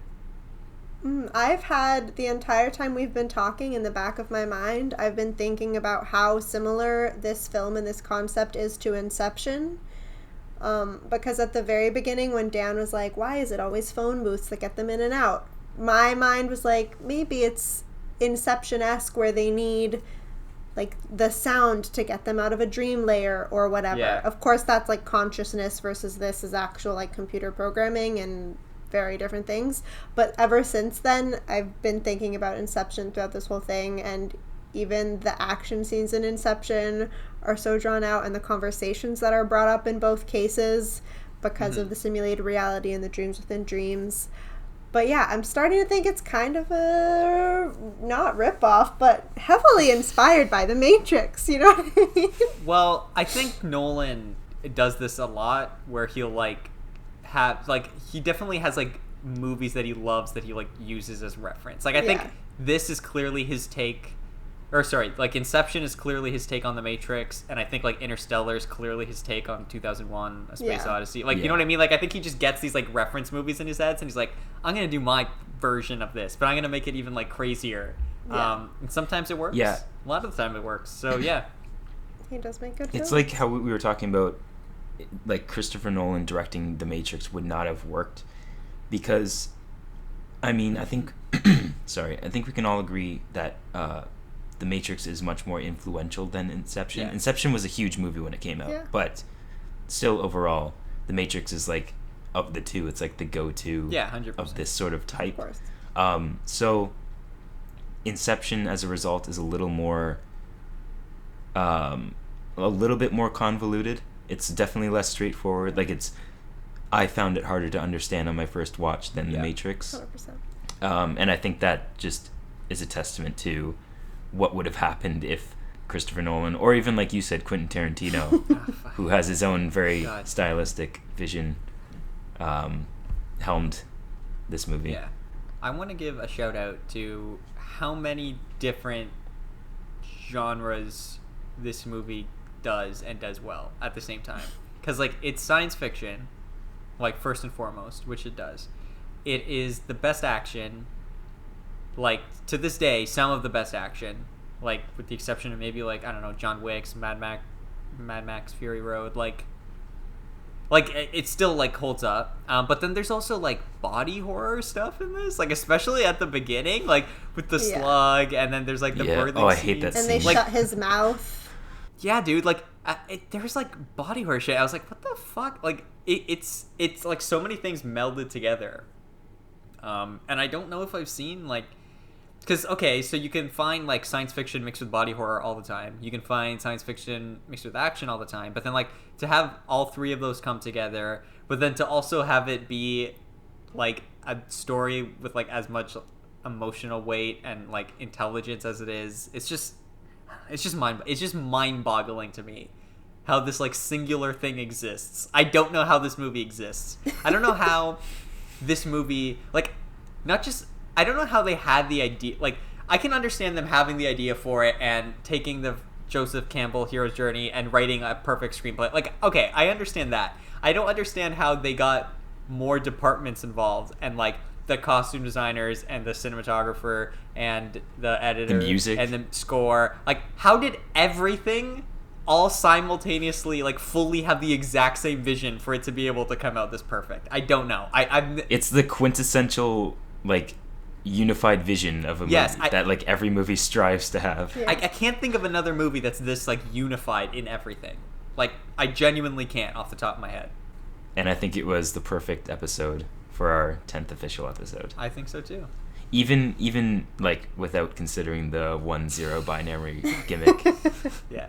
That was really dumb. Which, can be argued as a stretch, but I love it. And it is very on brand for this podcast. I'm just glad I got to rewatch The Matrix. Like, at the end, like, Me too. when we decided we were going to do it, my first thought was just, hell yeah, I get to watch The Matrix this week. I'm glad I finally paid attention to it. Kind of regret not paying attention in grade 11. I don't even know how I answered the questions we had to answer, but I'm glad I sat down and... Oh, okay, I probably didn't do it then. I think it was just like, if you get enough, then you get to, like, take a mark off a test or something. They were like, you remember the, I wouldn't have the needed blue and that, red cards? Holy shit. Did he call them blue Like and the red blue and cards red. because of The Matrix? Yeah. Oh, yeah, for sure. And, yeah, it was, like, either, like, eliminate your lowest mark or, like, take off, or, like, add this many percent. Yeah. It was, like, for bonus stuff. Wow. It was I'm fun. mind blown right now. I never made that connection. Maybe I did make that connection and I just forgot. But like this is news to me again. Because you took the blue. You took the blue card. That's incredible. Okay, well, thanks for joining us, audience members, on this journey through the Matrix, and so much, and on the journey through our podcast thus far. Oh my God! Thank you, everyone who listens. Please like and subscribe and comment and just let us know about things. So, guys, I was looking at the calendar. Because I was trying to figure out... Who were you? I was looking at the calendar, and I was like, okay, so we're going to record this week, and then we're going to edit it, and it'll come out next week. So for audience members, the week you're listening to this is technically our next week. And then we have to record something and put something up for the week after, which is already Valentine's Day. So I think that means that our next episode has been decided, if we're okay with me. Yep. Okay. Yeah, I'm excited. Guys, we're going to go back to our original format here. Lately, we've been playing fast and loose with the format. You know what I mean? We've just been talking about all kinds of shit that we've seen. There is no real format, Marco. We're going back to the format of the first 3 episodes that we did, which is I have seen a movie not many, like 3 times, that I very thoroughly enjoy. And I'm going to make Dan and Carolina watch it, and we're going to talk about it. And that movie is... the quintessential When Harry Met Sally. Just in time for Valentine's Day. Perfectly fitted for Valentine's Day. It is the movie credited with bringing back the rom-com, which had like died off in the 50s. And then this movie comes out in the 80s, and suddenly we have rom-coms again. So I'm very excited for you guys to watch it, because I kind of feel like it is the Matrix of rom-coms. So this is, I think Les Mis is the Matrix of musicals, and the Matrix is the Matrix of Matrix. You already said it's the Schindler's List of musicals. Well, I'm just changing it to fit with the theme now. But I think When Harry Met Sally is the Matrix of rom-coms. I think okay. You guys are going to enjoy it. I hope you'll enjoy it, and I hope everyone will enjoy hearing us talk about it in a couple weeks from whenever you're listening to this one. So, sometime around Valentine's Day. That's the goal, at least. That's the goal. Yeah, one can hope. All right, guys. Thanks for joining me on this episode. My pleasure. Thanks for being Absolutely. here, guys. I really enjoyed this revisiting Yes, did I. of The Matrix. Don't forget, guys, welcome to the desert of the real. All right. See you next week. They can't see the peace sign. See you in 2 weeks. Bye. Bye. They can't see the peace sign.